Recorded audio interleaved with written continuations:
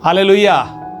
हमारे परमेश्वर ने हमें एक और नया दिन दिया है। स्वागत है आप सबका इस कार्यक्रम में। आज की रोटी शीघ्र ही आने वाले यीशु मसीह के मधुर नाम से आप सबको प्यार भरा नमस्कार। आइए हम प्रार्थना करें। स्वर्गीय पिता, फिर से आपके वचन सुनने के लिए आपने हमें जीवित रखा। आपका कृपा और करुणा के लिए धन्यवाद। हमारे प्रिय लोग जो ये वचन सुनते हैं, आज के दिन हमारे हृदय में एक परिवर्तन आए। प्रभु जी, हमारे मसीह जीवन में एक आशा और उम्मीद के जीवन व्यतीत करते हैं। हमें मालूम है हमारे लिए स्वर्ग में अनेकों चीजें आप तैयार करके रखे हैं। धन्यवाद हो परमेश्वर, जिन्हें चंगाई की जरूरत है, छुटकारे की जरूरत है, शांति की जरूरत है, आज के दिन प्रदान करे।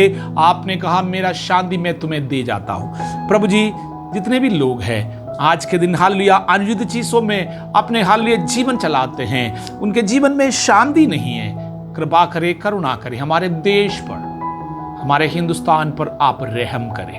हम मध्यस्थता के प्रार्थना करते हैं हमारे अधिकारी गणों के लिए, हमारे परिजनों के लिए, वो जितने भी लोग बीमारियों के शिकार बने हुए हैं, रहम करे परमेश्वर, छुटकारा और चंगाई प्रदान करे। हमारे अधिकारियों को प्रभु बुद्धि, ज्ञान और समझ प्रदान करे, जिससे कि ये देश आमीन एक धार्मिकता के देश कहलाए जाने पाए।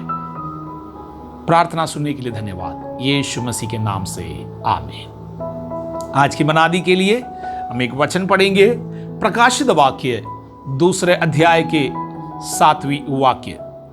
जिसके कान हो वो सुन ले कि आत्मा कलीसियाओं से क्या कहता है। जो जय पाए मैं उसे उस जीवन के पेड़ में से जो परमेश्वर के स्वर्गलोक में है फल खाने को दूंगा।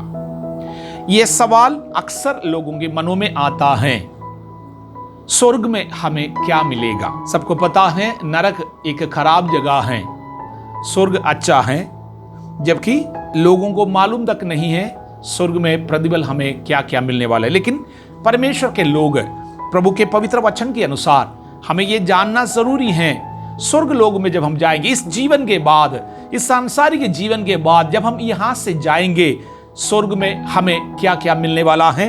प्रकाशित वाक्य 2 और 3 अध्याय में ऐसे 7 बातें लिखा हैं। आज के मनादी के लिए हम लोग इन वचनों को सीखेंगे।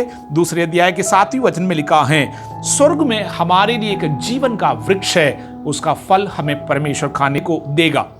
उत्पत्ति के पुस्तक में हम लोग देखते हैं आदम और हव्वा, परमेश्वर जो वृक्ष उनके लिए बनाया था, समय से पहले प्रभु के इच्छा के विरोध में उस वृक्ष के फल खाने के कारण परमेश्वर ने उसको आदन की वाटिका से बाहर निकाल दिया। लेकिन जो अपने आत्मीय जीवन में आमीन जयवंत होते हैं, अनंतकाल के स्वर्ग में पहुंचते हैं, सबसे पहले परमेश्वर हमें जीवन के वृक्ष के फल खाने को देगा, जिससे उस फल को खाने वाला कभी भी मृत्यु को नहीं चखेगा, मृत्यु उन पर फिर अधिकार नहीं कर पाएगा।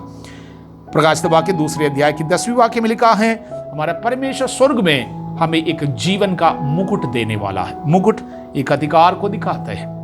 स्वर्ग में हम साधारण मनुष्य नहीं रहेंगे, नाशवान शरीर से हम निकलकर एक आत्मिक हालेलुया शरीर को हम पहनेंगे। ये शरीर एक अधिकार का शरीर होगा, महिमामय देह होगा।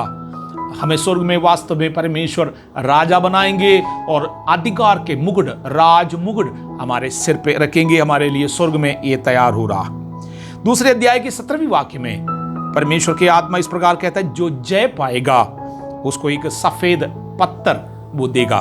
हम लोगों को इस रीति से समझना है, पुराने समय पर जब कचहरियों में जब किसी को जज निर्दोष घोषित करते थे, उस समय पर उनको एक सफेद पत्थर उठाकर देता था, ये कहते हुए कि इसमें किसी प्रकार के आमीन अशुद्धि, कलंक और पाप नहीं है।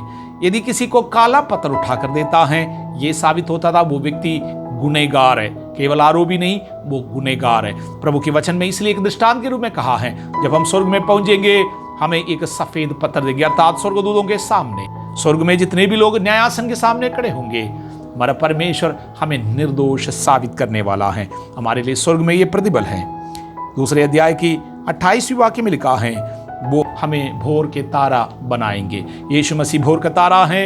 यीशु मसीह में हम सहभागी होने के कारण आमीन वो तारों के चमक जो बहुतों को, जैसे दानियल के पुस्तक में लिखा है, जो बहुतों को धर्मी बनाते हैं वो तारों के समान चमकेंगे। हमारा चमक तारों के समान होगा। और 3 अध्याय की 5वीं वाक्य में लिखा है, वो हमें एक सफेद वस्त्र पहनाएगा।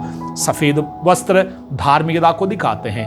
हम स्वर्ग में हालेलुया पापी नहीं रहेंगे, अशुद्ध जन नहीं रहेंगे। हम स्वर्ग में आमीन परमेश्वर के धार्मिकता के वस्त्र पहनेंगे जिसमें कोई दाग और धब्बे नहीं रहेंगे। प्रभु के वचन में लिखा है 3 अध्याय की 12वीं वाक्य में, हमें वो स्वर्ग में एक खंबा बनाएंगे। इसका मतलब ये एक स्थिरता, एक खंबा एक बिल्डिंग के, एक मकान के स्थिरता को दिखाते हैं, उसके मजबूती को दिखाते हैं।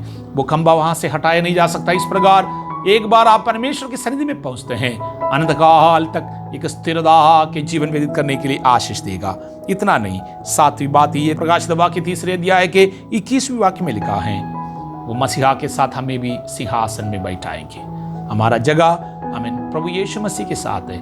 उस सिंहासन को प्राप्त करने के लिए, मेमने के हालेलुया पास रहने के लिए, शरीर के जीवन में, मानुषिक जीवन में, सांसारिक जीवन में हम धार्मिकता के कामों को करें। हमारा परमेश्वर आशीष देगा। आपको आज के दिन शांति, खुशी और जो हमारे प्रतिबल के बारे में सोचकर आप परमेश्वर में और मजबूत रहे, इसके लिए हमारा परमेश्वर आप पर कृपा करे, करुणा करे। यीशु मसीह के नाम से आमीन।